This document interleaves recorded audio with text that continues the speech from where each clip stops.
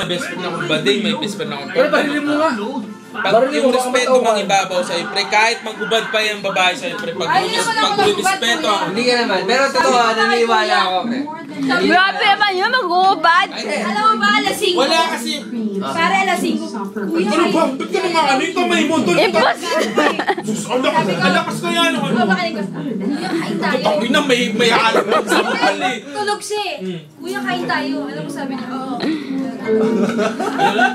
Kuya, kain tayo. Sabi niya, ha? Ano ba kakaano? Respeto, pre, respeto, di ba? Kakain. Kasi ako ayaw ko makipagpuyadan kahit 24 hours. Hindi, subukan natin ngayon. Mga mo. Ang sakit nun! Sabi ko kasi sa kanya, ganito. Bukas mamamagana to.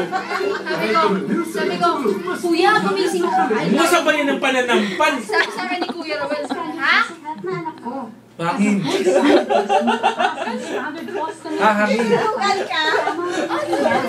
Ginising ko talaga siya. Tinanong ko siya, Kuya, gising kasi una siya ng toothbrush. Hindi ako magkatapos ko. Paglabas ko, bukas yung TV, pero tulog siya. Kuya, kain tayo. Ito